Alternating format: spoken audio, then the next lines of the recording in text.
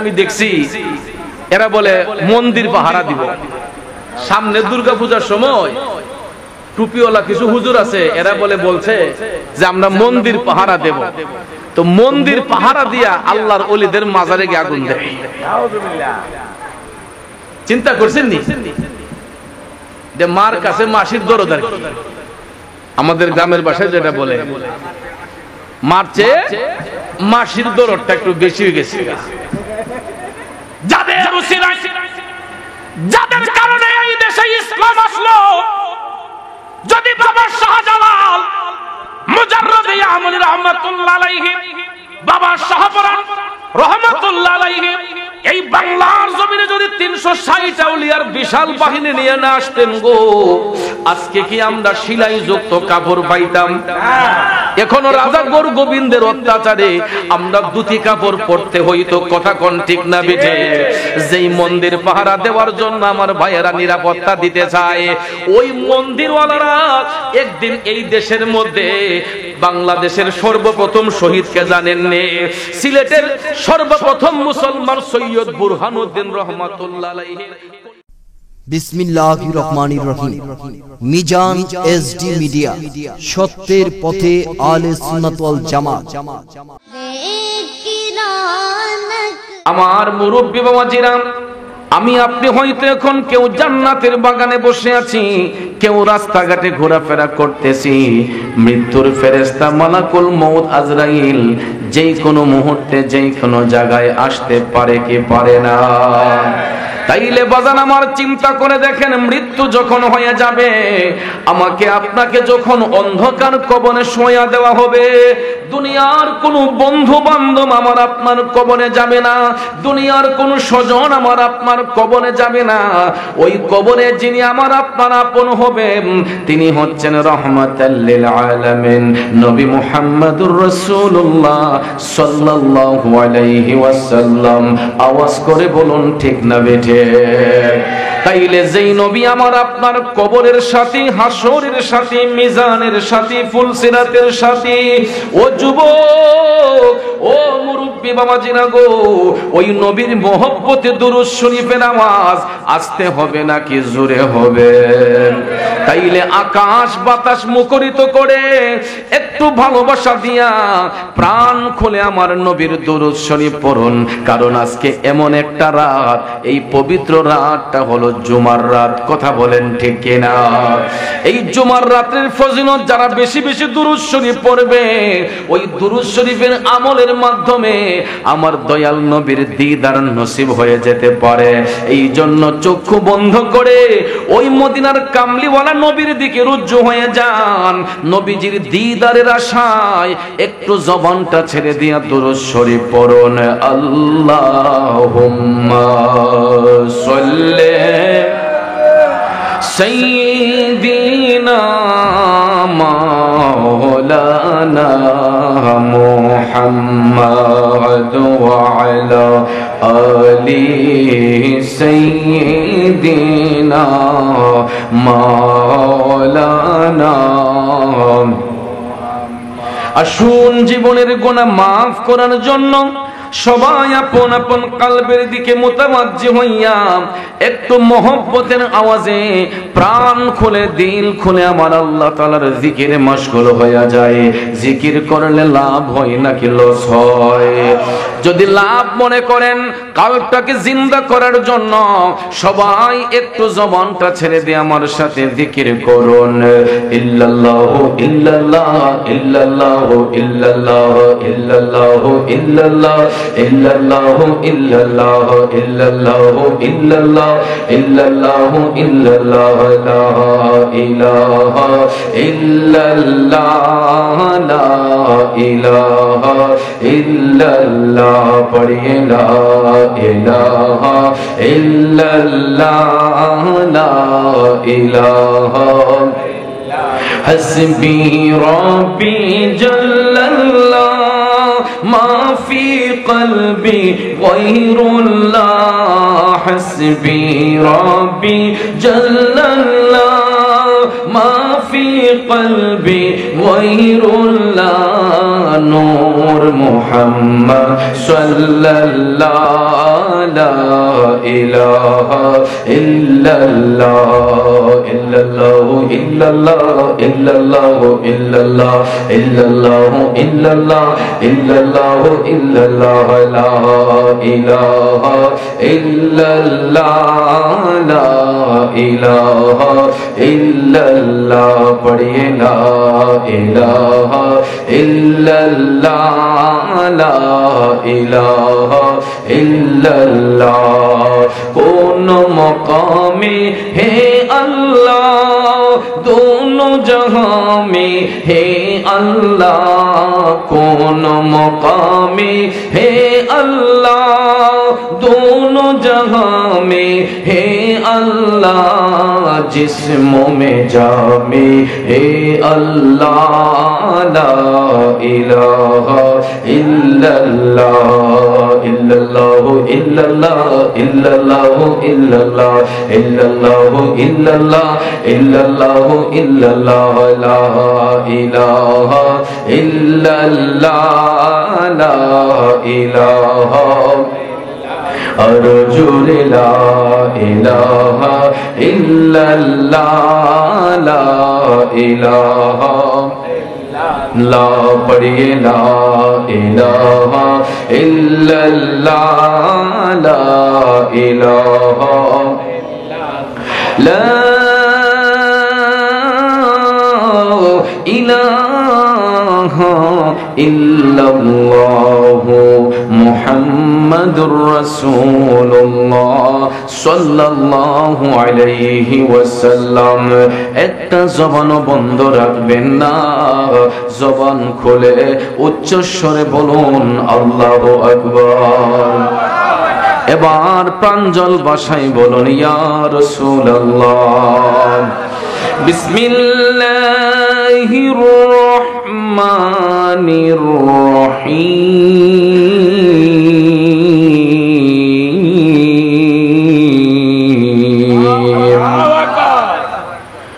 ওয়া মিনাল লাইলি ফাতাহাজ্জাত বিহি নাফিলাতাল লাক عسى أن يبعثك ربك مقاما محمودا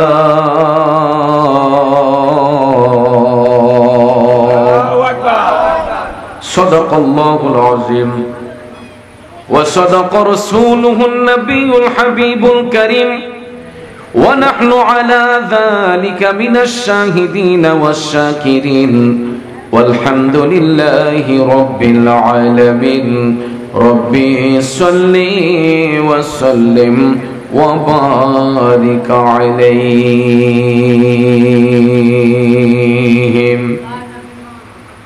أما بعد উপস্থিত ঐতিহ্যবাহী চর্চার তলা নয়াহাটি তিন রাস্তার মোড়ে বালুর মাঠ প্রাঙ্গণে নয়াহাটি বাইতুল মামুর জামে মসজিদ এবং যুব সমাজের উদ্যোগে কবরবাসীর আত্মার মাগফিরাত কামনায় পবিত্র ঈদে মিলাদুন নবী সাল্লাল্লাহু আলাইহি ওয়াসাল্লাম উদযাপন উপলক্ষে আয়োজিত আজকের এই চতুর্থ বার্ষিক ওয়াজ ও দোয়ার মাহফিল 2024 ইংরেজি সনের সম্মানিত সভাপতি আলহাজ জয়নাল আবেদিন সাহিব সহ সভাপতি আলহাজ মোহাম্মদ আইয়ুব খান সাহিব আলোচনা করেছেন। আজকের প্রধান বক্তা বিশেষ আকর্ষণ মাহফিল পরিচালনার দায়িত্বে যিনি রয়েছেন হযরত মাওলানা হাফেজ একরাম হোসেন সাহিব সহ আমার সামনে উপস্থিত মুরব্বী বাবাজিরা, কৃষক শ্রমিক চাকরিজীবী ভাইয়েরা, স্কুল কলেজ ইউনিভার্সিটি মাদ্রাসায় পড়ুয়া ছাত্র ভাইয়েরা, পর্দানশীন মা বোনেরা, সকলের প্রতি আবার আন্তরিক সালাম। আসসালামু আলাইকুম ওয়া রাহমাতুল্লাহি ওয়া বারাকাতুহু। রব্বুল ইজ্জতের আলিশান দরবারে লাখো কোটি শুকর গুজার করার পর রহমাতাল লিল আলামিন নবী মুহাম্মদ রাসূলুল্লাহ সাল্লাল্লাহু তাআলা আলাইহি ওয়াসাল্লামের শানে নাতে মুস্তাফা দুরুদে মুস্তাফা সাল্লাল্লাহু আলাইহি ওয়াসাল্লাম পরিবেশন করে 15 নম্বর পারা সূরা বনী ইসরাঈলের 79 নম্বর আয়াতে পাক তেলাওয়াত করেছি। বাবাজিরা আমার, রাত গভীর, সময় সংক্ষেপ, খুবই অল্প সময় আয়াতে পাকের মূল অর্থ তাফসীরের ভাষায় কিছু আলোচনা এসেছে, এইগুলো উপস্থাপন করে মিলাদ শরীফ হবে, একটু জিকিরের তালিম হবে, পরিশেষে মোনাজাতের মাধ্যমে আপনাদের জন্য তাবারুকের ব্যবস্থা করা হয়েছে। আমরা তাবারুক গ্রহণ করে আপন আপন বাড়িতে যাব। আল্লাহ পাক যেন শেষ মোনাজাত পর্যন্ত আমাদের সকলকে ধৈর্যের সহিত বসার সুযোগ দান করেন। সকলে বলে আমিন। আর একটু জোরে বলে আমিন।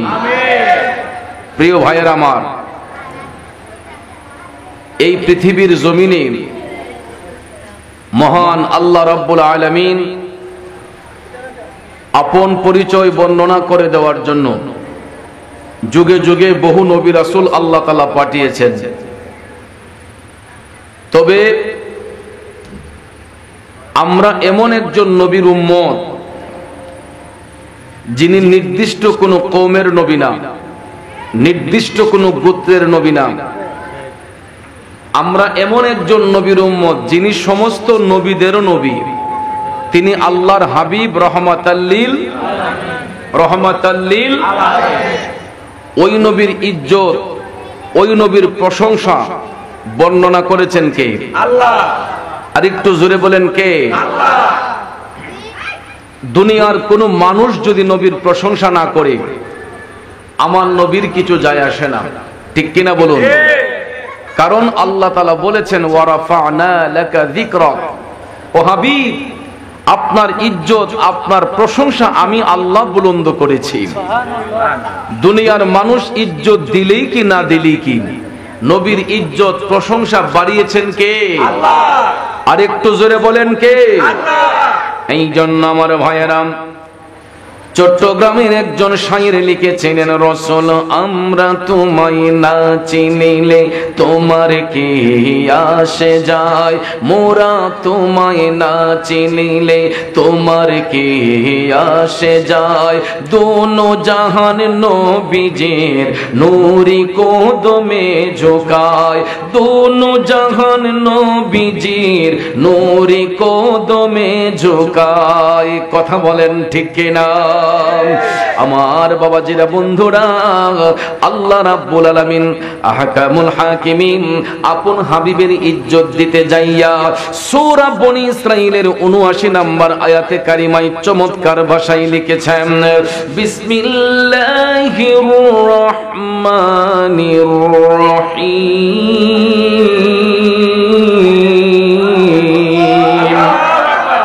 ওয়া মিনাল লাইলি فتحجت به نافلة لك عسى أن يبعثك ربك مقاما محمودا। জোরে বলুন ঘোষণাকার। আল্লাহ রাব্বুল আলামিন বলতেছেন, ও গো হাবিব, আপনি রাতের শেষ অংশে তাহাজ্জুদ কায়েম করুন, কেননা এটা আপনার জন্য এক্সট্রা। সাথে সাথে আল্লাহ বলেন, হাবিব চিন্তার কোনো কারণ নাই, অচিরেই আমি আল্লাহ আপনাকে মাকামে মাহমুদে উপনীত করব। আল্লাহু আকবার বলেন। এটা হলো আয়াতে কারিমার সরল তরজমা। ও বন্ধুরা, বাবাজিরা, এই আয়াতে কারিমার তাফসীর করতে যাইয়া জগৎ বিখ্যাত তাফসীর রুহুল বয়ান প্রমাণ করেছে, এই আয়াতে পাকের মাধ্যমে আল্লাহ রাব্বুল আলামিন আপন হাবিবকে দুইটা গুণে গুণান্বিত করেছেন। কয়টা? যা পৃথিবীর অন্য কোন নবীকে প্রদান করেন নাই। রাহমাতাল লিল আলামিন নবীকে এই আয়াতে কারিমার মাধ্যমে আল্লাহ দুইটা বিশেষ গুণে গুণান্বিত করেছেন। একটা হলো দুনিয়ার জমিনে, আর একটা হলো আখিরাতের ময়দানে। দুনিয়ার জমিনে নবীকে যেই মর্যাদা আল্লাহ তাআলা এক্সট্রা দান করেছেন, এটা হলো তাহাজ্জুদের মাধ্যমে। আর আখিরাতের মধ্যে আল্লাহ যেটা আপন হাবিবকে দান করবেন, সেটা হলো মাকামে মাহমুদ প্রদানের মাধ্যমে। সুবহানাল্লাহ। খুব মনোযোগ, লম্বা চড়া কথা বলবো না, রাত গভীর আমার বাবাজিরা। আল্লাহ রাব্বুল আলামিন এখানে তাহাজ্জুদ কায়েমের নির্দেশ দিয়েছেন রাহমাতাল লিল আলামিন নবীকে। গভীর মনোযোগ, আমার মায়ার নবী দয়ার নবীজির জন্য তাহাজ্জুদের নামাজটা ছিল এক্সট্রা। পৃথিবীর সমস্ত মানুষের জন্য 5 ওয়াক্ত নামাজ শর্ত, কিন্তু দয়াল নবীর জন্য নামাজ ছিল 6 ওয়াক্ত শর্ত। কয় ওয়াক্ত? আজ পর্যন্ত মক্কা শরীফ যান, মদিনা শরীফ যান, যায়া দেখবেন দয়াল নবীর সম্মানে এখনো মক্কা শরীফ মদিনা শরীফে 6 বার আজান হয়। কয়বার? পৃথিবীর সব মসজিদের মধ্যে ওয়াক্ত মোতাবেক আজান হয় 5 বার। কয়বার? পৃথিবীর সব মসজিদে ওয়াক্ত মোতাবেক আজান হয় 5 বার। ফজর, জোহর, আসর, মাগরিব, এশা। বলুন আমাদের এলাকায় তাহাজ্জুদের আজান কি হয়? কথা বলেন হয়? হওয়ার কথাও নয়, কারণ তাহাজ্জুদের নামাজ আমার আপনার জন্য পড়া ফরজ নয়, দয়াল নবীর জন্য পড়া শর্ত বিধায় দয়াল নবী আজও পর্যন্ত এই নামাজ কায়েম করছেন, কিয়ামত পর্যন্ত করতে থাকবেন। এই জন্য মক্কা শরীফ মদিনা শরীফে ওয়াক্ত মোতাবেক আজান হয় 6 বার। কথা কোন ঠিক না ঠিক? এখন অনেকে বলতে পারেন, চৌধুরী সাহেব রাসূল তো রওজা শরীফের মধ্যে আরাম করছেন, তাইলে নবী নামাজ পড়ব কেমনে? আমার নবী রওজা শরীফে নামাজ পড়ে কি পড়ে না? আমার মুখের কথা নয়, দলিল। আল আম্বিয়াউ আহয়াউন। শুধু আমাদের নবী নয়, সমস্ত নবীগণ জিন্দা ফি কুবুরিহিম, আপন আপন রওজা শরীফের মধ্যে ইউসাল্লু,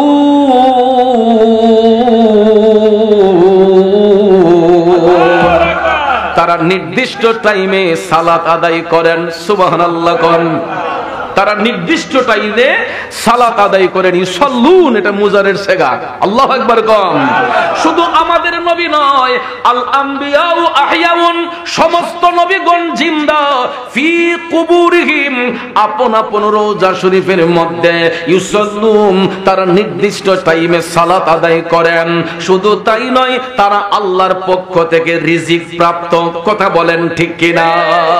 বন্ধুরা আমার, বাবাজিরা গো, শুধু আমার নবী আপনার নবী নয়, সমস্ত নবীদের কথা এখানে বলা হয়েছে। এই জন্য আমার ভাইয়েরা, দয়াল নবী এখনো নামাজ পড়ছেন বিদায় মক্কা শরীফ মদিনা শরীফের মধ্যে জিন্দা নবীর সম্মানে এখন পর্যন্ত আজান হয় 6 বার। যদি কোনো হাজী সাহেব মক্কা শরীফ মদিনা শরীফ গিয়ে থাকেন, আপনারা লক্ষ্য করে দেখবেন ফজরের আজানের 1 ঘন্টা বা আধা ঘন্টা আগে দেখবেন আরেকটা আজান হয়। এটা হলো তাহাজ্জুদের আজান। এটা নবীর সম্মানে কিয়ামত পর্যন্ত মক্কা শরীফ মদিনা শরীফে এই আজানের ধ্বনি উচ্চারিত হবে। কিন্তু ভাইয়েরা আমার, পৃথিবীর সব মসজিদে আজান হবে 5 বার। এখন তাহাজ্জুদের নামাজ আমার দয়াল নবীর জন্য আল্লাহ তাআলা এক্সট্রা হিসেবে দান করেছেন, যা অন্য কোন নবীকে প্রদান করেন নাই। তাহাজ্জুদ কেন? 5 ওয়াক্ত নামাজ পড়াও পূর্বের যুগের নবীদের জন্য শর্ত ছিল না। শুধু তাহাজ্জুদ কেন, পূর্বের যুগের নবীদের জন্য 5 ওয়াক্তের নামাজ পড়াও শর্ত ছিল না। তারপরেও পূর্ববর্তী যুগের নবীগণ তারা এক একজন নবী এক এক ওয়াক্তের নামাজ দিয়া আমার আল্লাহর শুকরিয়া আদায় করেছেন। আল্লাহু আকবার বলেন।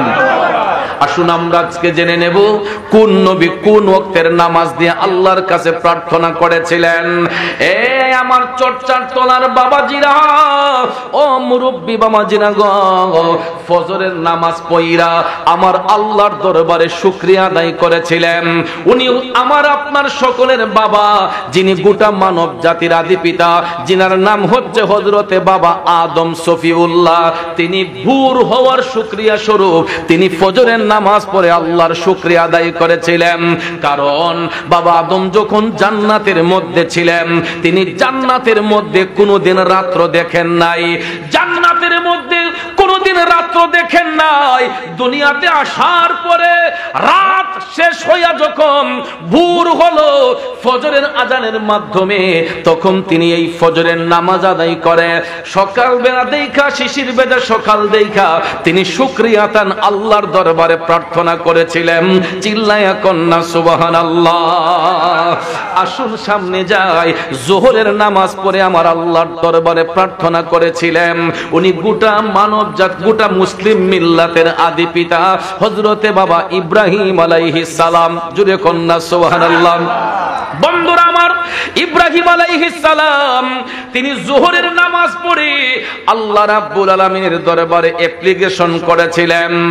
আর আসরের নামাজ পড়ে আল্লাহর দরবারে শুকরিয়া আদায় করেছিলেন। ওনার নাম হচ্ছে হযরতে উযাইর আলাইহিস সালাম। নাম কি? হযরতে উযাইর আলাইহিস সালাম আসরের নামাজ পড়ে তিনি এই জন্য প্রার্থনা করেছিলেন, কারণ ওনার ইন্তেকালের 100 বছর পরে, কয় বছর? ওনার ইন্তেকালের 100 বছর পরে আল্লাহ তার বন্ধুকে আবার পুনরায় নতুন জীবন দান করেছেন। চিন্তা করে দেখেন, আমার আল্লাহ চাইলে বাঁচাতে পারে, আল্লাহ চাইলে মারতে পারে। কথা কোন ঠিক না বেঠে? এই জন্য কবি কয়, তুমি রাখো কি বা মারো এই দয়া করো, থাকিতে যেন তোমায় না ভুলি।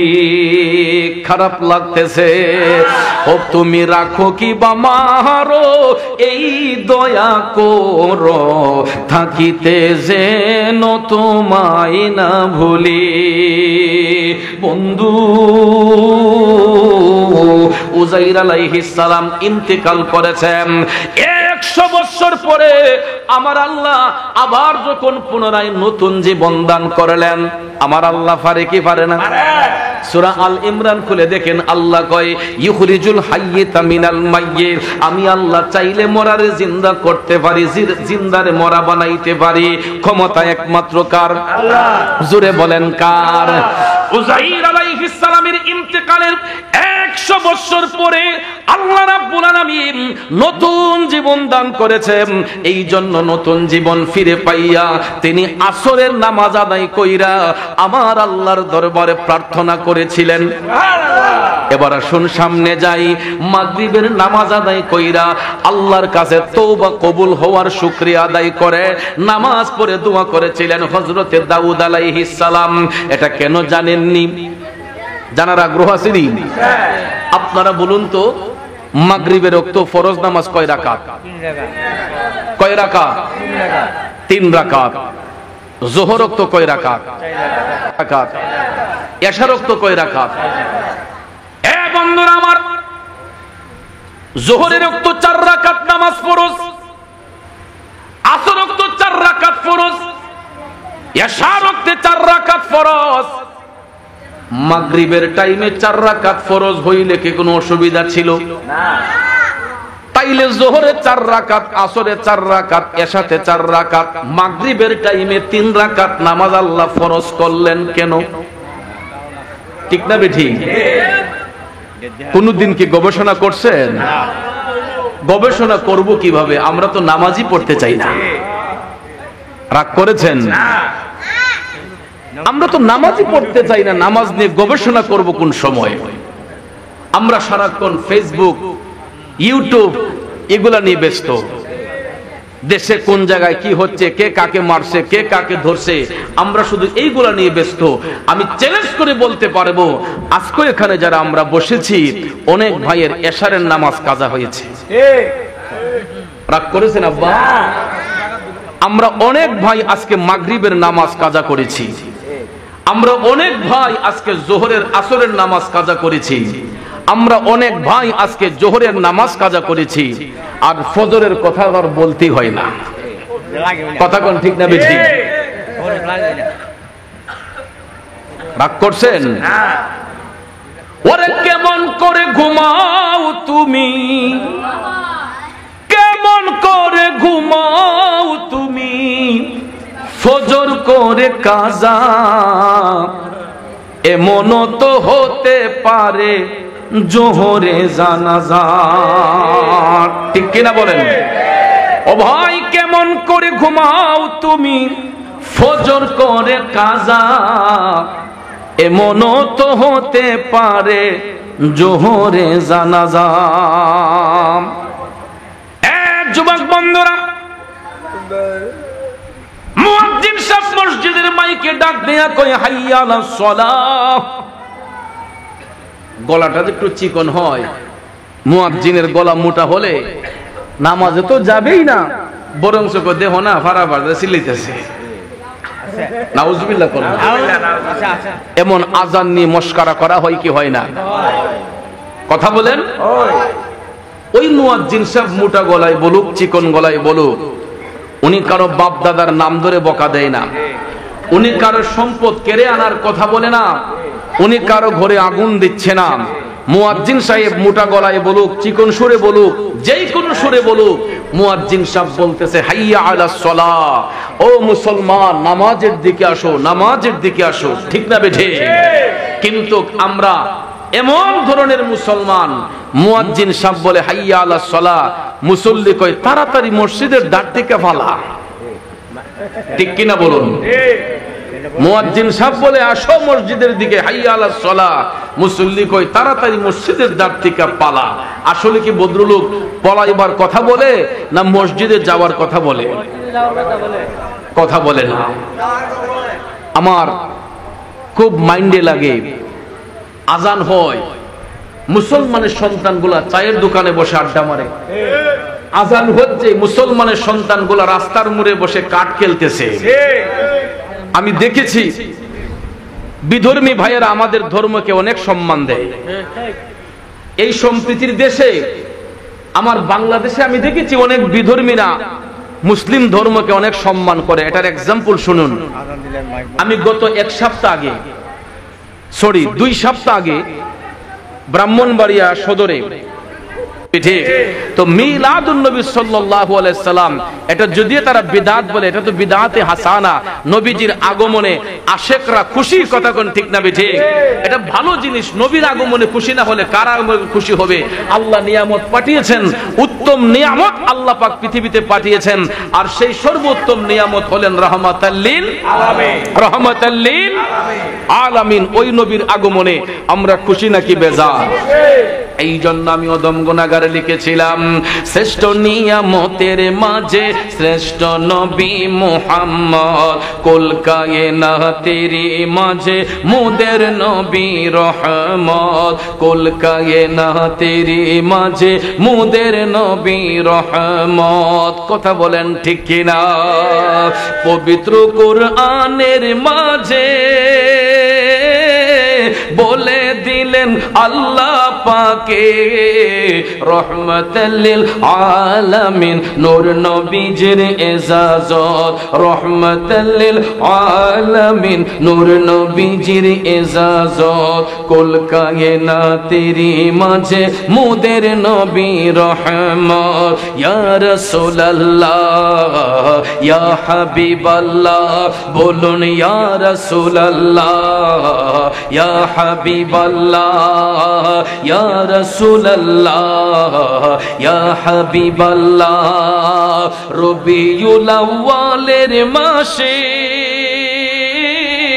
12 তারিখ সোমবারেতে, রবিউল আউয়ালের মাসে 12 তারিখ সোমবারেতে তশরিফ এনে মায়ার নবী ধন্য করেন এ জগৎ। তশরিফ এনে মায়ার নবী ধন্য করেন এ জগৎ। কুল কায়নাতেরই মাঝে মুদের নবী রহমত। ইয়া রাসূলুল্লাহ ইয়া হাবিবাল্লাহ বলো না ইয়া রাসূলুল্লাহ ইয়া হাবিবাল্লাহ, জোরে বলুন ইয়া রাসূলুল্লাহ ইয়া হাবিবাল্লাহ ইয়া রাসূলুল্লাহ ইয়া হাবিবাল্লাহ। ভাইরে জশ্নে জুলুস নবীজির শানে পালন করে মুমিনের দোলে, ঠিক না বেঠে? ভাইয়ের আমার, অনেক জিনিস চিন্তা করে দেখলাম মুমিন মুসলমান ছাড়া জশ্নে জুলুসে কেউ অংশগ্রহণ করবে না। কথা কোন ঠিক কিনা? এই জন্য পাপী জবানে লিখেছিলাম জশ্নে জুলুস নবীজির শানে পালন করে মুমিনের দোলে, বলে সবাই একই সুরে নারায়ে রিসালাত, বলে সবাই একই সুরে নারায়ে রিসালাত। কুল কায়নাতেরই মাঝে মুদের নবী রহমত। ইয়া রাসূলুল্লাহ ইয়া হাবিবাল্লাহ বলো না ইয়া রাসূলুল্লাহ আর জোরে ইয়া রাসূলুল্লাহ ইয়া হাবিবাল্লাহ ইয়া রাসূলুল্লাহ ইয়া হাবিবাল্লাহ।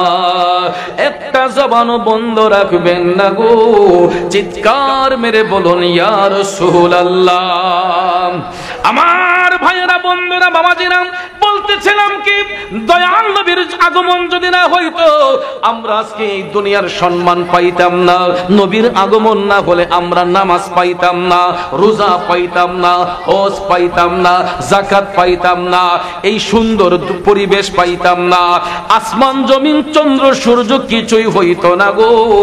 একমাত্র হয়েছে আমার নূরের নবীর কারণে।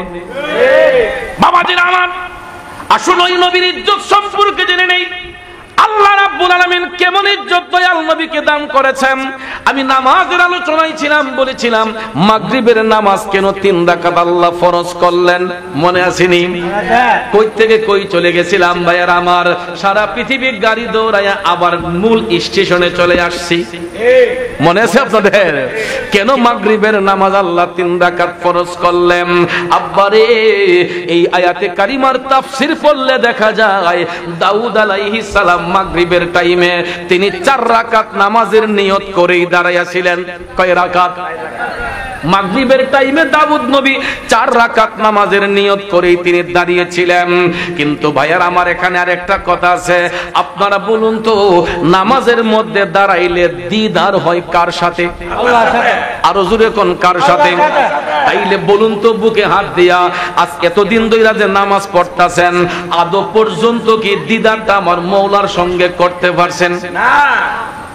আল হাক্কু মুররুন, সত্য কথা তিতা লাগবে, কিন্তু সত্যটাকে মেনে নিতে হবে। কারণ আমাদের নামাজ আর তাদের নামাজের মধ্যে ডে নাইট ডিফারেন্স।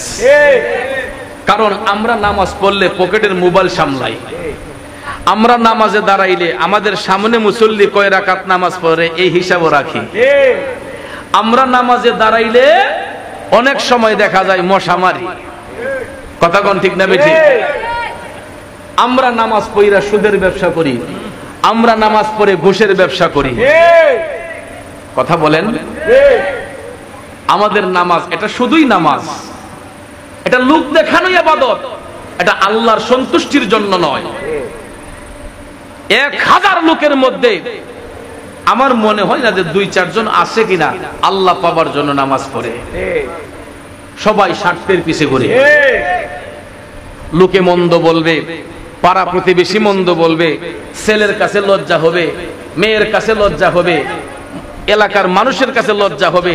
অনেক সময় দেখবেন দরবারও বইলে নামাজের আজান যখন হয়, কিছু কিছু সর্দার আছে দেখবেন ইচ্ছা নাই নামাজ পড়ার, এরপর বেহা হইয়া হইয়া না রে আজকে ছোট যেত না, কটা হিসাব বুঝাই দিয়ে আল্লাহ রে। আসেনি এমন নামাজি?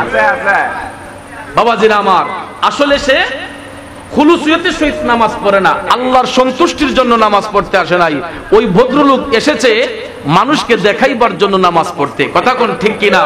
তাহলে শুনুন, জুব্বুল হুজন একটা জায়গার নাম, জাহান্নামের সবচেয়ে নিকৃষ্ট জায়গা।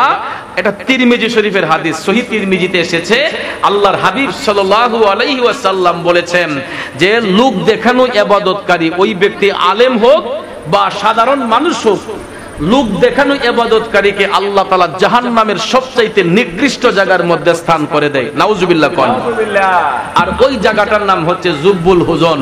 জুব্বুল হুজন ওই জায়গাটা, এটা একটা ড্রেন দিয়া দুজকি মানুষের পচা পুইসগুলা গিয়ে এক জায়গায় ডাম্পিং হয়। যেই রকম ভাবে দেখবেন পৌরসভার ড্রেন দিয়া যখন নর্দমা যায়, ওইগুলা গিয়ে একটা জায়গার মধ্যে ডাম্পিং হয়। কথা কোন ঠিক না ঠিক? তো দুজকি মানুষের শরীরের পচা পুইসগুলা একটা ড্রেন দিয়ে গিয়ে এক জায়গায় ডাম্পিং হয়, আর ওই জায়গাটাকে বলা হয় জুব্বুল হুজন। এটা জাহান্নামের সবচাইতে খারাপ জায়গা, নিকৃষ্ট জায়গা। এখানে রাখা হয় জাহান্নামী লোকদেরকে। লোক দেখানো ইবাদতকারী যারা মানুষকে দেখাইবার জন্য বন্দেগী করছে, আল্লাহর সন্তুষ্টির জন্য নয়, নবীর সন্তুষ্টির জন্য নয়, মানুষকে দেখাইবার জন্য ইবাদত বন্দেগী করছে, এই জন্য তার স্থানটা হবে জাহান্নামের সবচেয়ে নিকৃষ্ট জায়গা। এটার নাম হচ্ছে জুব্বুল হুজন। কারণ ইবাদত করতে হবে কাকে খুশি করার জন্য? আরো জোরে কোন। এই জন্য অনেক দিন আগে বলেছিলাম, ও নামাজ পড়ো রে গহিনে ডুবিয়া নামাজ পড়ো, পঞ্চয়াত্মা মুক্তা দিয়া জ্ঞানী মন সাজাইও রে গহিনে ডুবিয়া নামাজ পড়ো। ঠিক না বিঠি? আব্বারে নামাজ পড়তে পড়তে কপালে কালো দাগ পইরা গেছে, আবার দেখা যায় লাঠি হাতে নিয়ে আল্লাহর ওলিদের মাজার ভাঙতাছে। কথা বলে, নামাজ পড়তে পড়তে কপালে কালো দাগ পড়ে গেছে গো, আবার দেখা যায় আল্লাহর ওলিদের মাজারের মধ্যে গিয়া আগুন জ্বালাইয়া দিছে। এরা কেমন মুসলমান? এরা কেমন মুসলমান? নামাজ পড়ে মুখে দাড়ি, মাথায় টুপি, আল্লাহর ওলির মাজার শরীফে গিয়ে হামলা করে। আবার কয়টা বলে বন্ড পীরের মাজার। আচ্ছা, ওই লোক জানে কেমনে উনি বন্ড লোক? আল্লাহর ওলিরা যে বন্ড, যেই লোকে বলতেছে বন্ড পীরের মাজার, সে জানলো কেমনে? সে যদি বলতে পারে বন্ড পীরের মাজার, তাহলে তো সে বড় বন্ড, তুই জানলি কেমনে? কথা কোন ঠিক না ঠিক? তুই জানলি কেমনে? কে ভালো কে মন্দ এটা যাচাই করবে কে? আল্লাহ। জোরে বলেন, যাচাই করবে কে? আপনারা বলুন, আল্লাহর ওলিদের দরবারে যারা গিয়েছে, যারা ওলিদের দরবারে প্রেম নিয়ে যায়, এরা কি কোনোদিন সুদের ব্যবসা করে? না। ঘুষের ব্যবসা করে? না। কারো কেল্লায় বাড়ি দেয়? না। তাইলে এই নীরব নিস্তব্ধ মানুষগুলা, শান্তিপ্রিয় মানুষগুলাকে অশান্ত করার জন্য এই সমাজের এক শ্রেণীর ভাইয়েরা উপচে পড়ে লেগে আছে। কারণটা কি রে ভাই? এগুলোর মানেটা কি? আল্লাহ হেদায়েত করুক, আমিন কোন। আমিন। এই চিত্রগুলো এখন জাহিরি চোখ দিয়ে আমরা দেখতেছি। আমার মনে পড়ে যায় ওই কারবালার কথা গো। আমার নবীজির কলিজার টুকরা নাতি ইমাম হুসাইন যখন মহান আশুরার দিনে কারবালার ময়দানে ঘোড়া থেকে যখন পড়ে গেলেন, ইমাম হুসাইনের দেহ মুবারকের মধ্যে ৭২টা তীরের আঘাত, ৩৪টা বল্লমের আঘাত, ৪১টা তরবারির আঘাত, এই সারাটা রক্তমাখা শরীর নিয়ে ইমাম হুসাইন যখন কারবালার ময়দানে মহান আশুরার দিনে আসরের ওয়াক্তে যখন আজানের ধ্বনি হচ্ছে, আল্লাহু আকবার আল্লাহু আকবার আল্লাহু আকবার, ইমাম হুসাইন ইয়াজিদ বাহিনীকে ডেকে বলেছিলেন, হে জালেমের দলেরা, আমাকে আসরের নামাজ পড়ার সুযোগটা তোরা দে, আমাকে আসরের নামাজ পড়ার সুযোগটা দে। দয়াল নবীর আওলাদ ইমাম হুসাইন রাদিয়াল্লাহু তাআলা আনহু অনয় বিনয় করে বলার পরেও ওই জালেমের দলেরা কয়, হুসাইন তোমার কেল্লা আলাদা করে আমরা গিয়া আসরের নামাজ পড়বো। নাউজুবিল্লাহ। দেখেন, এরাও নামাজি, এরাও নামাজি, হুসাইনও নামাজি। নামাজি নামাজি বেশ কম আছে না আব্বা? নামাজ পড়া শুধু কপালে দাগ ফালাইলে হবে না, যদি ইমানের খুঁটিটা মজবুত না হয়। ঠিক কিনা কোন? সুগঞ্জের বাবাজিরা, চট্টগ্রামের বাবাজিরা, গভীর মনোযোগ।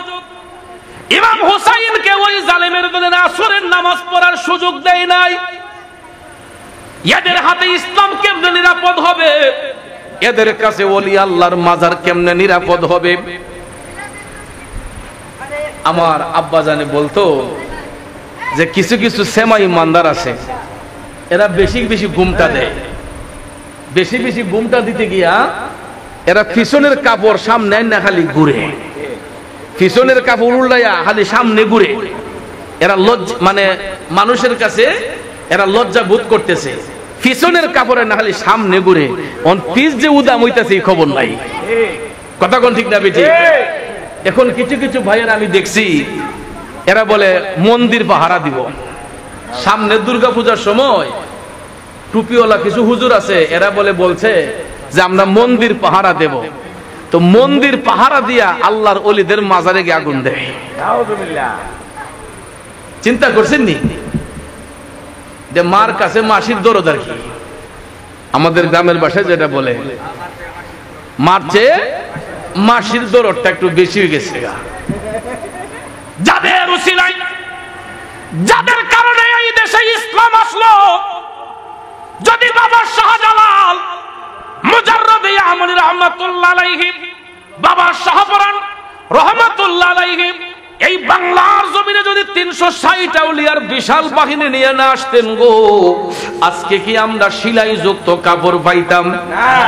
এখনো রাজা গরু গোবিন্দের অত্যাচারে আমরা দুটি কাপড় পরতে হইতো। কথা কোন ঠিক না বেঠে? যেই মন্দির পাহারা দেওয়ার জন্য আমার ভাইয়েরা নিরাপত্তা দিতে চায়, ওই মন্দিরওয়ালারা একদিন এই দেশের মধ্যে বাংলাদেশের সর্বপ্রথম শহীদকে জানেননি? সিলেটের সর্বপ্রথম মুসলমান সৈয়দ বুরহানুদ্দিন রহমাতুল্লাহ আলাইহির কলিজার টুকরা শিশু সন্তান হযরতে সৈয়দ গুলজারে আলম। আপনারা সিলেটের পাকভূমিতে গেলে বুরহানুদ্দিনের মাজার শরীফে অবশ্যই গেছেন। বাজানরে সুরমা নদীর পারে দেখবেন বুরহানুদ্দিন রহমাতুল্লাহ আলাইহির মাজারের পাশে উনার হিতাম দিয়া দেখবেন আর একটা ছোট্ট শিশুর মাজার আছে। ওই বাচ্চাটার আকিকা করার জন্য গরুকে জবাই করে কুরবানি করেছিলেন। একটা হাড্ডি কাকে নিয়ে যখন গরু গোবিন্দের বাড়ির সামনে ফালাইছিল, ওই হাড্ডিটাকে অনুমান করে বুরহানুদ্দিন রহমাতুল্লাহ আলাইহির কলিজার টুকরা সন্তান গুলজারে আলমকে পিতার সামনে জবাই করে হত্যা করেছিল সেই অত্যাচারী রাজা, হিন্দু রাজা গরু গোবিন্দ। কথা কোন ঠিক না বেঠিক? আর ওই গরু গোবিন্দের অত্যাচার থেকে এই দেশের শান্তিপ্রিয় মুসলমানদেরকে উদ্ধার করেছিলেন ইসলামের মশাল উড়িয়ে আল্লাহর ওলি সুলতানুল বাংলা হযরতে বাবা শাহজালাল মুজাররদ ইয়াহমুনি রাহমাতুল্লাহ আলাইহি। কথা কোন ঠিক না বেঠিক? আল্লাহর ওলি হযরতে বাবা শাহপরান রহমাতুল্লাহ আলাইহি 360 আউলিয়ার বিশাল বাহিনী, তারা যখন এক একজন এক এক দিকে ছড়ে গেছেন, তরিকতের মশাল উড়াইয়া এই দেশ থেকে হিন্দু রাজাদেরকে প্রতারিত করে দিয়ে এই দেশ হয়ে গেছে এখন মুসলিমদের দখলে। আমরা বড় নির্লজ্জ মুসলমান, আমরা বড় বেঈমান মুসলমান, যাদের উসিলায় এই দেশে ইসলাম কায়েম হলো, যাদের উসিলায় আজকে দুটি কাপড় থেকে সেলাই যুক্ত কাপড় পরতে পারলাম। আজকে দেখা যায় ওই মুনাফিক মুসলমানগুলা আল্লাহর ওলিদের শত্রু হয়ে দাঁড়িয়েছে। কিন্তু ভাইয়েরা আমার, আল্লাহ তো কোরআনে পাকে বলে দিয়েছেন, আলা ইন্না আউলিয়া আল্লাহি লা খাউফুন আলাইহিম ওয়ালা হুম ইয়াহজানুন। আল্লাহ পাক বলছে যে সাবধান, নিশ্চয়ই আমার বন্ধু যারা হবে, দুনিয়া তো তাদের ভয় নাই, আখিরাতে তাদের চিন্তা নাই। ওয়ালা হুম ইয়াহজানুন, এরা কখনো চিন্তিত হবে না। তাদের হেফাজত করবেন কে? আল্লাহ। আপনি মাজার ভাঙতে পারবেন, কিন্তু রক্ষা করবে কে? আল্লাহ। জোরে বলেন, রক্ষা করবে কে? কিন্তু ভাইয়ার আমার, একটা কথা মনে রাখবেন, আগুন নিয়ে কখনো খেলা করতে নাই। আগুন নিয়ে যদি খেলা করেন তাহলে ওই আগুন কিন্তু জ্বালিয়ে দিবে। যেরকম বিদ্যুতের সঙ্গে বাহাদুরি করা যায় না। যিনি বিদ্যুৎ আবিষ্কার করেছেন, আমি যতটুকু পড়ে পেলাম, বিদ্যুৎ আবিষ্কারক তিনি নিজেও বিদ্যুৎ স্পৃষ্ট হয়ে মারা গেছে। কথা কোন ঠিক না বেঠিক? এই জন্য সতর্কতা, সাবধান। আমার আল্লাহ সতর্কবাণী দিয়েছেন সূরা ইউনূসের ৬২ নম্বর আয়াতে কারিমায়। মৌলভী সাহেবরা কি এই আয়াতগুলা চোখে দেখে না? এগুলা কি চোখে পড়ে না? তাহলে আল্লাহ যাদেরকে নিরাপত্তা দিয়েছেন, আল্লাহ যাদের ব্যাপারে সাবধান করেছেন, যারা আল্লাহর আদেশকে অমান্য করে এরাই তো কুফরি করত। তাহলে এরা মুসলমান হয় কিভাবে? কথা কোন ঠিক না বেঠিক? ভাইয়ার আমার, বন্ধুরা আমার, দুঃখ লাগে, কষ্ট লাগে। ফেসবুকটা ওপেন করলে দেখা যায় অমুক অলির মাজারে আগুন, অমুক অলির মাজারে আগুন, অমুক মাদ্রাসায় আগুন, অমুক মাদ্রাসার প্রিন্সিপালকে পদত্যাগ, অমুক কলেজের প্রিন্সিপাল পদত্যাগ। এটা কি শুরু হইল বাবা? আল্লাহ হেদায়েত দান করুক, আমিন কইতেন না? এগুলা ঠিক না। সতর্ক হন, সাবধান হন, কারণ আল্লাহ সবকিছু ছাড় দেয়, অন্যায়কে আমার আল্লাহ কখনো ছেড়ে দেয় না। কথা বলেন ঠিক কিনা? বাবাজিরা আমার, বন্ধুরা আমার, ওইদিকে কথা বললে রাত গনিয়ে যাবে, গভীর রাত। লম্বা কথা বলবো না। আমি বলেছিলাম যে আলোচনার কথা ভাইয়ার আমার, নামাজ পড়া দরকার আছে না নাই? নামাজ নিয়ে গবেষণার দরকার আছে না নাই? বন্ধুরে, নামাজ কোনো ঠাট্টা মস্করার ইবাদত না। নামাজ এমন একটা ইবাদত, ইন্নাস সালাতা তানহা আনিল ফাহশাই ওয়াল মুনকারি। আল্লাহ বলতেছেন নামাজ এমন একটা ইবাদত, যেই ইবাদতের মাধ্যমে আল্লাহর বান্দাদেরকে অশ্লীল কাজ থেকে, খারাপ কাজ থেকে মুক্ত করা হয়। এই জন্য নামাজ কোনো অশ্লীল ইবাদত নয়, নামাজ কোনো খারাপ ইবাদত নয়। নামাজের মাধ্যমে অশ্লীল কাজ থেকে বান্দাকে বিরত রাখা হয়। আর নামাজের মধ্যে দাঁড়াইলে দিদার হয় কার সাথে? আল্লাহর সাথে। দাউদ আলাইহিস সালাম মাগরিবের টাইমে কয় রাকাতের নিয়তে দাঁড়াইছেন? তিনি 4 রাকাত নামাজের নিয়ত করে যখন দাঁড়াইলেন, নামাজের মধ্যে দাঁড়াইয়া তিনি তাওবার আয়াত দিয়া যখন 1 রাকাত নামাজ পড়লেন, 2 রাকাত নামাজ পড়লেন, 3 রাকাত নামাজ পড়া দাউদ নবী যখন চোখের পানি যখন টপ টপ করে সাইরা আমার আল্লাহর সিজদা দিয়া যখন কান্না করতেছে, 4 রাকাতের আগেই 3 রাকাত নামাজ পড়া উঠার সঙ্গে সঙ্গেই আল্লাহ রাব্বুল আলামিন ডাক দিয়া কয় কুদরতের জবানে, দাউদ তোমার তওবা কবুল করে নিলাম। আল্লাহু আকবার। এ দাউদ, তোমার তওবা কবুল হয়ে গেছে, এবার তুমি সালাম ফিরাইয়া নাও। যখন আল্লাহ রাব্বুল আলামিন কুদরতি আদেশ প্রদান করলেন, যদিও তিনি 4 রাকাতের নিয়ত করেছেন, 3 রাকাতের ভিতরে আল্লাহ তওবা কবুল করিয়া নির্দেশ প্রদান করলেন, দাউদ তুমি সালাম ফিরাইয়া নাও। আর কি নামাজ বাড়ানো যাবে? যেখানে হুকুম চলে আসছে আর নামাজ বাড়ানো যাবে না, কারণ আমার আল্লাহর আদেশটাই সবচাইতে বড়। এই জন্য দাউদ নবী 3 রাকাত নামাজ পড়ে সালামটা ফিরাইয়া নিলেন। যা আল্লাহ রাব্বুল আলামিন কিয়ামত পর্যন্ত দাউদ নবীর সম্মানে কিয়ামত পর্যন্ত উম্মতে মুহাম্মদের জন্য এই মাগরিবের ওয়াক্তে 3 রাকাত নামাজকে আল্লাহ ফরজ হিসেবে কবুল করে নিয়েছেন। কেউ কি 1 রাকাত বাড়াইতে পারবে? কমাইতে পারবে? কারণ এইগুলা কবুল করছেন কে? আল্লাহ। জোরে কোন কে? এবার আসুন সামনে যাই। এশারের নামাজ পড়া গোটা জাহানের পক্ষ হতে রাহমাতাল লিল আলামিন নবী, রাহমাতাল লিল আলামিন নবীকে আল্লাহ পৃথিবীতে রহমত স্বরূপ পাঠাইবার কারণে গোটা জাহানের পক্ষ হতে এশারের নামাজ পড়া রাহমাতাল লিল আলামিন নবী মহান আল্লাহ পাকের দরবারে প্রার্থনা করেছেন। সুবহানাল্লাহ। আরো জোরে কোন সুবহানাল্লাহ। কারণ আমার মায়ার নবীর শুভাগমন হয়েছে রবিউল আউয়াল শরীফের 12 তারিখ সুবহে সাদিক রোজ সোমবার। কারণ রসুল যে পৃথিবীতে আসবেন এটা আল্লাহ তাআলা পাঠাইবেন, আমার দয়াল নবী জানতেন কিনা? নবী যে আসবেন আল্লাহ তো অবশ্যই নবীর সঙ্গে পরামর্শ করছেন, যেই কারণে রসুল এশারের নামাজ আদায় করে গোটা জাহানের পক্ষ হতে আল্লাহর কাছে শুকরিয়া আদায় করছেন। আর আল্লাহ রাব্বুল আলামিন এই রাত শেষে তাহাজ্জুদের পরে যখন তাহাজ্জুদ শেষ, আল্লাহর হাবিব তাহাজ্জুদ কায়েম করলেন। এরপরে ভাইয়ার আমার, বন্ধুরা আমার, আল্লাহ রাব্বুল আলামিন আপন হাবিবকে এই এমন একটা মুহূর্তে পাঠাইলেন, সময়টা হলো সুবহে সাদেক। সময়টা কি? রাতেও পাঠান নাই, দিনেও পাঠান নাই।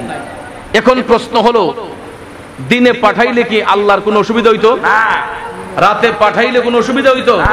কিন্তু ভাইয়ার আমার, আমার নবী শুধু দিনের নয়, শুধু রাতের নয়, রসুল হচ্ছেন কুল কায়নাতের রহমত। কারণ আমার নবীর আগমন নিয়ে দিন রাতের মধ্যে তর্ক হয়েছিল। দিন দাবি করতেছে আল্লাহ রাহমাতুল লিল আলামিন নবীকে আমি দিনের মধ্যে পাঠাও, রাত্র দাবি করতেছে আল্লাহ রাহমাতাল লিল আলামিন নবীকে আমি রাতের মধ্যে পাঠাও। এখন দিন চাইতেছে নবী পাওয়ার জন্য দিনের মধ্যে, রাতে চাইতেছে রাতে নবীরে পাওয়ার জন্য। এখন আমার আল্লাহ দিনকে খুশি করবেন না রাতকে খুশি করবেন? দিনের মধ্যে নবী পাঠাইলে রাত বেজার হয়ে যায়, রাতের মধ্যে নবী পাঠাইলে দিন বেজার হইয়া যায়। ঠিক না বেঠিক বন্ধু? ও চর্চার তলার বাবাজিরা রে, দিন দাবি করে দিনে পাওয়ার জন্য, রাত দাবি করে রাতে নবী পাওয়ার জন্য। আমার আল্লাহ দিনকে খুশি করবে না রাতকে খুশি করবে গো। আল্লাহ রাব্বুল আলামিন কুদরতের জবান দিয়া কয়, জিবরাইল, ও জিবরাইল, এমন একটা মুহূর্তে আমার হাবিবকে আমি পাঠাইতে চাই যাতে করে রাতও বেজার না হয়, দিনও বেজার না হয়। এই জন্য আমার আল্লাহ দিনকেও বেজার করতে চায় না, রাতকেও বেজার করতে চায় না। বিদায় সুবহে সাদিক সময়টাকে আল্লাহ পছন্দ করলেন। সুবহে সাদিক ওই সময়টাকে বলা হয় রাতের শেষ দিনের শুরু। রাতের শেষ দিনের শুরু, রাত শেষ হবে দিন শুরু হবে। এই মধ্যবর্তী সময়ে আল্লাহ তাআলা রাহমাতাল লিল আলামিন নবীর শুভাগমন, এই পৃথিবীতে জান্নাতি পোশাক পরিহিত অবস্থায় সিজদা অবনত হয়ে দয়াল নবী পৃথিবীর জমিনে তশরিফ এনেছেন। সুবহানাল্লাহ। এখানে বিস্তারিত আলোচনা করতে গেলে অনেক সময় লাগবে। আমার নবী এসেছেন কাপড় পরিধান অবস্থায়, আর আমি আপনি দুনিয়াতে আসি উলঙ্গ অবস্থায়। কথা কোন ঠিক না ঠিক? তারপরে আরো পার্থক্য হলো, আমরা দুনিয়াতে আসার পরে, জন্মগ্রহণ করার পরে বয়স যখন 6 কিংবা 7 বছর হয়, তখন আমার আপনার সুন্নতে খতনা হয়, মুসলমানের অনুষ্ঠান হয়। কথা কোন ঠিক কিনা? আর আমার দয়াল নবী নিজে বলতেছেন, এই হাদিস শরীফটা হযরতে আনাস রাদিয়াল্লাহু তাআলা আনহু থেকে বর্ণিত। সুবহানাল্লাহ বলেন। ভাইরা আমার, হযরতে আনাস রাদিয়াল্লাহু তাআলা আনহু থেকে হাদিস বর্ণিত। হাদিস শরীফটা আমি আপনাদেরকে একটু পড়ে শোনাই, আমি নোট করে নিয়ে আসছিলাম যে আন আনাস রাদিয়াল্লাহু আনহু আনিন নবী সাল্লাল্লাহু আলাইহি ওয়াসাল্লাম قال মিন কারামাতি আলা রাব্বি ইন্নী ওয়ালাদতু মাখতুনান ওয়া লাম ইয়ারাউ আহাদুন সাউতি। রাওয়াহু তাবরানী। তাবরানী শরীফের হাদিস। হযরতে আনাস রাদিয়াল্লাহু তাআলা আনহু হাদিসখানা বর্ণনা করেন। তিনি বলেন, রাসূল করিম সাল্লাল্লাহু আলাইহি ওয়াসাল্লাম ইরশাদ করেন যে আমি আমার মওলা পাকের নিকট এতই সম্মানিত, আল্লাহ রাব্বুল আলামিন আমি রাসূলকে খতনাকৃত অবস্থায় দুনিয়াতে পাঠিয়েছেন এবং আমার লজ্জাস্থানকে পৃথিবীবাসীর জন্য দেখা হারাম করে দিয়েছেন। সুবহানাল্লাহ। আরো জোরে বলবেন না? সুবহানাল্লাহ। ভাইয়েরা আমার, আমি আপনি দুনিয়াতে জন্মগ্রহণ করার পরে 7 বছর 8 বছর হলে মুসলমানের অনুষ্ঠান হয়। আমার আপনার সুন্নতে খতনা যখন হয়, বয়সটা যদিও ছোট হয়, নাবালকই থাকলাম, খতনা করার সময় আজম সাহেব বা ডাক্তার সাহেব যখন সুন্নতের কাজ করে, মুসলমানি করে, আমার আপনার লজ্জাস্থান দেখে কি দেখে না? দেখে। টান দিয়া যখন ধরে তখন চিল্লাচিল্লি শুরু করি। কথা কোন ঠিক না বেটি? আশেপাশে যারা অবস্থান করে, আত্মীয় স্বজন দাঁড়ায়, কান্দিস না, একটা ফিরবা না কামড় দিব। ঠিক নিও, কান্দিস না, একটা ফিরবা না কামড় দিব। এরপরে টান দিয়া যখন ধরে, ইদা তো চিল্লাচিল্লি করে। এরপরে ভাইয়ারা আমার দেখবেন অনেকে সুপারি দেয় মুখের মাঝে, কামড় দে ধর, কয়েকটা শক্ত করে ধর, কামড় দা, সামান্য একটু কষ্ট হইব, ফিরবার কামড় না বেটা। এরপরে আমি মানলাম ফিফার কামড় হোক, যেটাই হোক, সুন্নতে খতনার সময় লজ্জাস্থানটা ডাক্তার সাহেবের সুখে পড়েনি। গ্রামে আইসা যে খলিফা সাহেব সুন্নত করে পড়েনিও, আশেপাশে যারা থাকে তাদের লজ্জাস্থান চুকে পড়ে না? অবশ্যই পড়ে। এরপরে অনেক সময় দেখবেন পানি ফুটকা যখন হয়ে যায়, দিহি রে একটু আলগিরেসান দিহি, তোর এটা কিতা অবস্থা? আরো 2-4 জনে দেখে। কথা কোন ঠিক না ঠিক?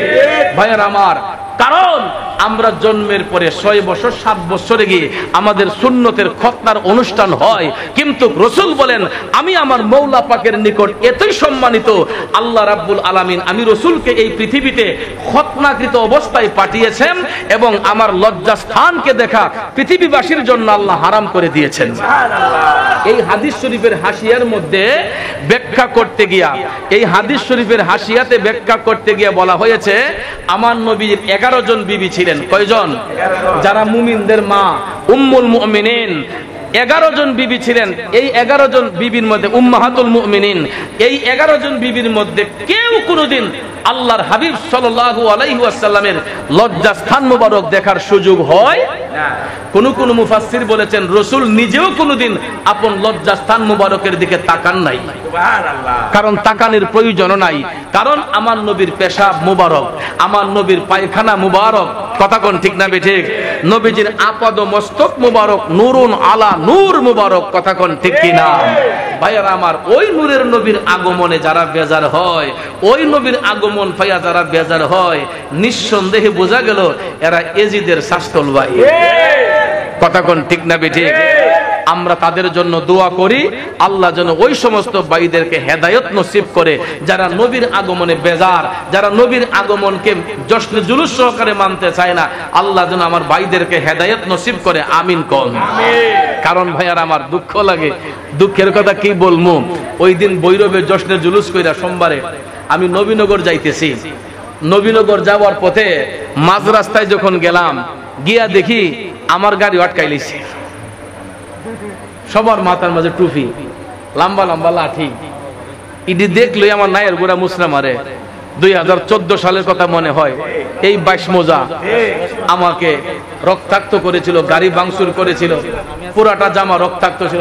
আমার ভাইয়ে এই স্পিড গাড়ি থেকে আমাকে নামাইছিল, সারাটা শরীর রক্তে মাখা ছিল।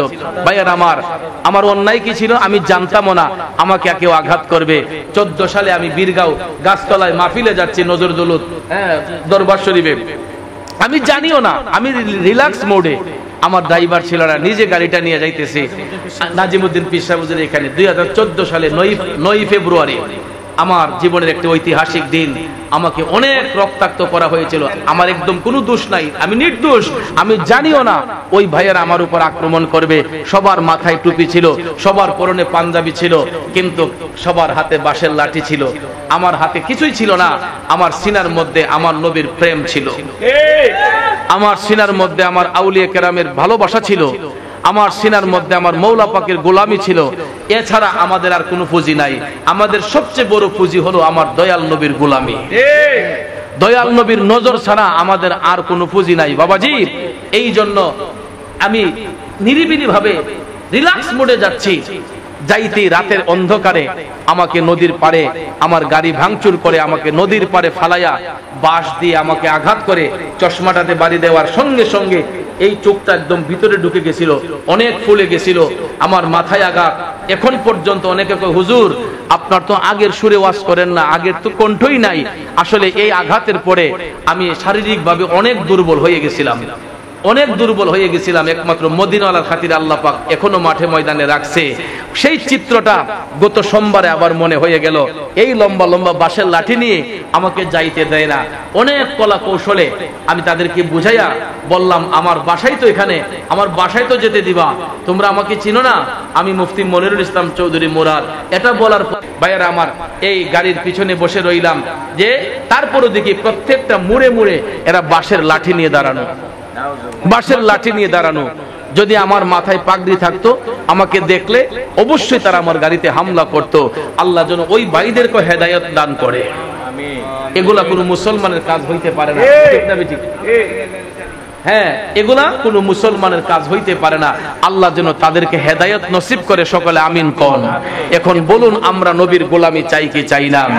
আরে দো জাহানে কি যে হবে মোদের পরিচয়, দো জাহানে কি যে হবে মোদের পরিচয়, প্রিয় নবীর গোলাম ছাড়া অন্য কিছু নয়, প্রিয় নবীর গোলাম ছাড়া অন্য কিছু নয়। নারায়ে তাকবীর আল্লাহু আকবার, বলুন নারায়ে রিসালাত ইয়া রাসূলুল্লাহ, প্রিয় নবীর গোলাম ছাড়া অন্য কিছু নয়, দু জাহানে কি যে হবে মোদের পরিচয়, প্রিয় নবীর গোলাম নাম ছাড়া অন্য কিছু নয়। খারাপ লাগতেছে আপনাদের? আসলে রাত গভীর, অনেক সংক্ষেপে বলে যাচ্ছি। প্রিয় ভাইয়েরা আমার, কথা শুনুন। আমার নবী এশারের নামাজ পড়ে গোটা জাহানের জন্য শুকরিয়া স্বরূপ দোয়া করেছেন এশারের নামাজ পড়ে। তারপরে ভাইয়ার আমার, পূর্ববর্তী নবীদের উম্মতের জন্য 5 ওয়াক্ত নামাজ পড়া শর্ত ছিল না, তাদের নবীদেরও যেমন শর্ত ছিল না, ওই নবীর উম্মতেরও শর্ত ছিল না। একমাত্র রাহমাতাল লিল আলামিন নবীর উম্মতের জন্য 5 ওয়াক্ত নামাজ পড়া ফরজ। আর নবীর জন্য 1 ওয়াক্ত বেশি তাহাজ্জুদ। আর তাহাজ্জুদ আমার আপনার জন্য পড়া ফরজ নয়, কিন্তু পড়তে হবে যদি মওলাকে পাইতে হয়। এই জন্য ভাইয়ারা আমার শুনুন, সুফি সাধকগণ বলেছেন নফল বন্দেগীর মাধ্যমে আল্লাহর ওলি হয়, ফরজ ইবাদতের মাধ্যমে বান্দার গুনাহ মাফ হয়, আর নফল বন্দেগীর মাধ্যমে বান্দা আল্লাহর ওলি হয়। এই জন্য তাহাজ্জুদ এটা এমন একটি ইবাদত, যারা কিয়ামুল লাইল করে, তারা এশারের নামাজ পড়ে একটু সময় নিদ্রিত অবস্থায় থাকবে, তারপরে রাত যখন 12টা হয়ে যাবে, রাতের শেষ অংশে এই আল্লাহওয়ালা ব্যক্তিগুলা তারা দাঁড়ায়, তারা তাহাজ্জুদ পড়ার জন্য তারা ব্যস্ত হয়ে যাবে। এই জন্য ভাইয়েরা আমার, যুগে যুগে যারা সুফি সাধক হয়েছেন, আল্লাহর ওলি হয়েছেন, তারা রাতের গোপন ইবাদতের মাধ্যমে, দুনিয়ালোভী মানুষরা যখন ঘুমের ঘরে চলে যায়, তখন তাহাজ্জুদ গুজার আল্লাহর বান্দারা আরামের ঘুম হারাম করে দিয়ে তারা মওলাকে পাবার জন্য জাগ্রত হয়ে যায়। এই জন্য আল্লাহর ওলিদের জীবনী পড়ে দেখবেন, তারা সব সময় তাহাজ্জুদের নামাজ আদায় করেছেন। আমার গাউসে পাক আব্দুল কাদের জিলানী আল গিলানী এশারের ওয়াক্তের ওযু দিয়ে ফজরের নামাজ পড়েছেন একটানা 40 বছর। ফজর এবং এশারের মাঝখানে তাহাজ্জুদ আসেনি। এই তাহাজ্জুদের নামাজ গাউসে পাক পড়ার জন্য তিনি 40 বছর একটানা এশারের ওযু দিয়ে ফজর পর্যন্ত ইবাদত করেছেন। আমাদের মাযহাবের ইমামে আজম আবু হানিফা রাদিয়াল্লাহু তাআলা আনহু, তিনিও সেম থিং এশারের ওয়াক্তের ওযু দিয়ে ফজর পর্যন্ত ইবাদত করেছেন একটানা 40টি বছর। তাহলে ভাইয়ারা আমার, আল্লাহকে পাইতে হলে তাহাজ্জুদ পড়া দরকার আছে না নাই? আমরা তাহাজ্জুদ পড়ব দূরের কথা, ওয়াক্তের নামাজে তো পড়ি না। তো আল্লাহর রাস্তে আমি পায়ে হাত ধরে বলে যাব, আজকের মাহফিল থেকে শিক্ষা নেব, নবীজির আগমনে আমরা খুশি, আর ওই নবীর মহব্বতে 5 ওয়াক্ত নামাজ পড়ব, তাহাজ্জুদ পড়ব, আমরা নেক আমল করব ইনশাআল্লাহ। রাজি আছেন সবাই? আর এই আমল করে গেলেই হাসরের মাঠে আল্লাহ যখন রাসূলকে মাকামে মাহমুদে উপনীত করবেন, তখন সমস্ত সৃষ্টি জগৎ, সমস্ত কিছু আমার নবীর সুপারিশে ব্যস্ত হবে। ইয়া রাসূলুল্লাহ, আমাদের জন্য সুপারিশ করেন। তখনও আল্লাহ ফেরেশতার মাধ্যমে আল্লাহ তাআলা নবীর উম্মতদেরকে বাছাই করে, নেককারদেরকে বাছাই করে সামনের কাতারে নিয়ে আসবে। আর যারা বিনা হিসেবে জান্নাতি হবে, এদেরকে রাসূল বিনা হিসেবে জান্নাতে পাঠাইয়া দিবে। সুবহানাল্লাহ। আর তারপরে আল্লাহর হাবিব যার জন্য সুপারিশ করবে, এরাই জান্নাতি হবে। তাহলে আখিরাতে নবীকে যেই মর্যাদা দেওয়া হয়েছে, এটা মাকামে মাহমুদ। আর দুনিয়াতে যেটা বিশেষ গুণে গুণান্বিত করা হয়েছে, এটা হলো তাহাজ্জুদ। তাহলে নবী যেটা আদায় করেছেন, আমরা নবীর গোলামরা এই নবীর সুন্নত আদায় করা দরকার আছে না নাই? আল্লাহ যেন আমি সহ আমাদের সবাইকে কবুল করে, সবাই বলেন আমিন। আমাদের ইউটিউব চ্যানেলটি সাবস্ক্রাইব করে আমাদের সাথে থেকে পাবেন বিভিন্ন সুন্নি পীর মাশায়েখদের ওয়াজ ও গজল। আমাদের ভিডিওটি ভালো লাগলে লাইক, কমেন্ট এবং ইসলামের ও সুন্নিয়তের প্রচারের স্বার্থে বেশি বেশি শেয়ার করুন। ধন্যবাদ। মোবাইল 01762277888। এছাড়াও আমাদের এখানে ওয়াজ মাহফিল, বিয়ে, গায়ে হলুদ, সেমিনার, যে কোনো অনুষ্ঠানে স্টেজ সাজানো সহ যে কোনো অনুষ্ঠানের ভিডিও কাজ করা হয়।